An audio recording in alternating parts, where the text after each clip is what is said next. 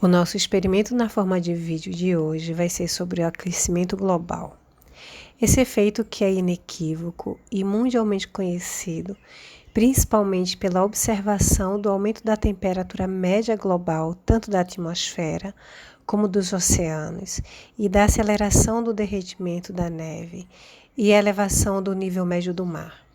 Como consequência desse aquecimento global, o que a gente percebe é que em algumas regiões do planeta, alguns lugares que já eram quentes vêm ficando ainda mais quentes e secos, ao passo que os nossos polos árticos e antárticos vêm sofrendo o derretimento das suas geleiras. Esse derretimento das geleiras faz com que aumente o nível do mar, causando, por exemplo, a existência de tsunamis, alagando regiões mais litorâneas do nosso planeta.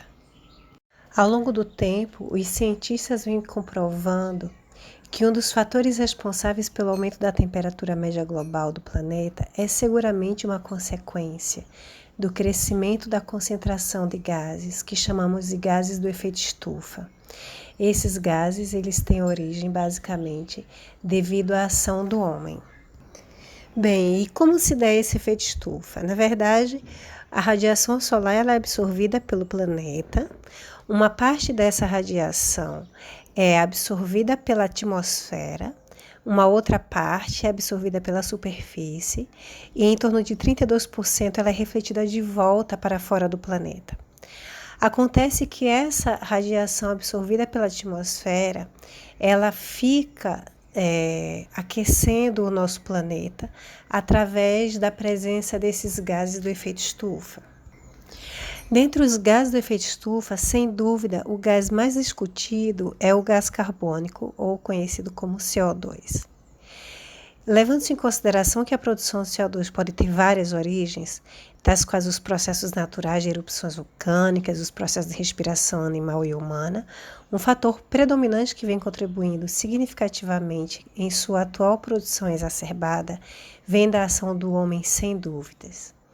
Dentre eles, podemos destacar a queima de combustíveis e transportes aéreos e rodoviários, bem como os processos de queimadas, seja controlada como a queima de cana-de-açúcar, seja como o desmatamento das florestas.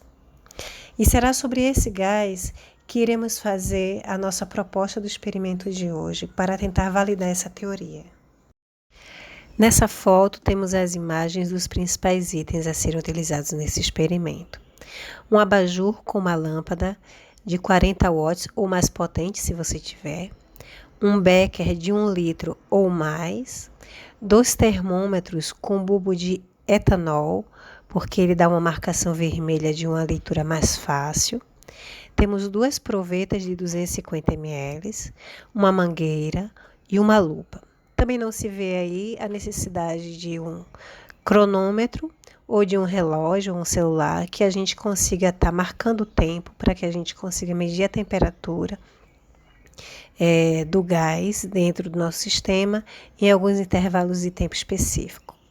Iniciamos colocando um termômetro em uma das provetas. Perceba que a proveta ela está sem a base, porque a gente vai conseguir ter uma leitura melhor do volume da temperatura. Vocês vão perceber isso com o evoluir do experimento. Então, a gente pega o termômetro, põe ele com o bulbo para baixo, tocando no fundo da proveta e tenta fixar esse termômetro com uma fita durex. A gente está mostrando aqui como é que se faz com uma das provetas, mas a gente vai precisar fazer isso com as 2 provetas. Uma que vai ter o gás carbônico e a outra que vai ter o atmosférico. A segunda etapa agora é encher uma das provetas. Essa primeira proveta será a que ficará repleta com gás carbônico.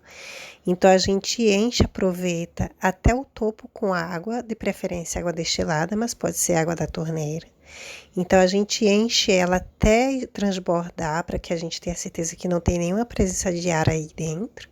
Um truque básico é colocar uma folha de papel de caderno, aí a gente tampa ela e vira rapidamente dentro de um becker contendo água. E com muito cuidado a gente retira esse papel para que não entre nenhum ar dentro dessa proveta. Então, essa vai ser a nossa primeira proveta, que vai estar com o gás carbônico. Nessa proveta, repleta com água, sem nenhuma bolha de ar, a gente introduz uma mangueira. Percebo uma certa dificuldade porque eu estou com um becker de 1 litro. Se você tiver um becker de 2 litros, facilitaria melhor, ou se sua mão fosse um pouco menor.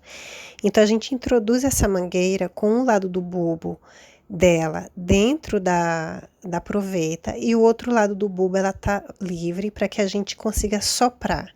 Na hora que a gente sopra, a gente está expelindo o gás carbônico, então a gente está agora enchendo a proveta com o volume de gás carbônico e a gente consegue fazer a leitura através da proveta do volume desse gás, tá?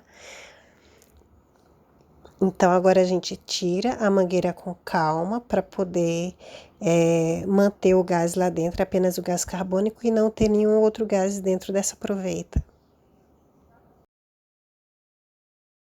Na segunda proveta, a gente vai estar testando a variação de temperatura do ar atmosférico. Então, veja que a gente tem menos cuidado, não precisamos encher a proveta até a boca e nem precisamos de muito cuidado para verter essa proveta.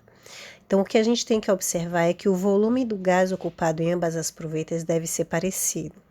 Veja que agora eu estou levantando essa segunda proveta que eu acabei de colocar, onde a boca dela está beirando a superfície da água do becker, e aí a gente permite a entrada de ar atmosférico para que o volume do gás ocupado em ambas as provetas sejam parecidos. Então, a gente agora tem aí as duas provetas, um com gás carbônico e outro com ar atmosférico. Pronto, agora com o sistema montado, a gente rotula as duas provetas para a gente não se equivocar qual é o sistema com ar atmosférico e outro com gás carbônico. A gente faz uma leitura à temperatura ambiente com a ajuda da lupa desses termômetros para saber qual é a temperatura inicial. E aí a gente liga a lâmpada e aí a gente vai começar a perceber a variação da temperatura desses sistemas ao longo do tempo. Perceba que o abajur está numa posição equidistante no meio das duas provetas, aquecendo apenas o ar que está dentro das provetas. Então, de tempos em tempos, a gente usa a lupa para fazer a leitura dos termômetros e anotar a temperatura do gás que está dentro de cada uma das provetas. Como resultado, no nosso experimento, a gente fez algumas leituras espaçadas e o que a gente conseguiu foi esse resultado que você consegue ver aí, onde a gente percebe que ao longo de um tempo de mais ou menos 80 minutos, houve uma diferença na variação de temperatura, onde o sistema que estava rico em gás carbônico teve uma variação de temperatura maior do que a com ar atmosférico, o que evidencia, sim, uma possibilidade do efeito do gás carbônico no aquecimento global. Então, pessoal, se você chegou até aqui e gostou do nosso vídeo, clique no botão de curtir, se inscreva no nosso canal e o YouTube te avisará sempre que a equipe do Lobby lançar novos vídeos. Tchau, tchau!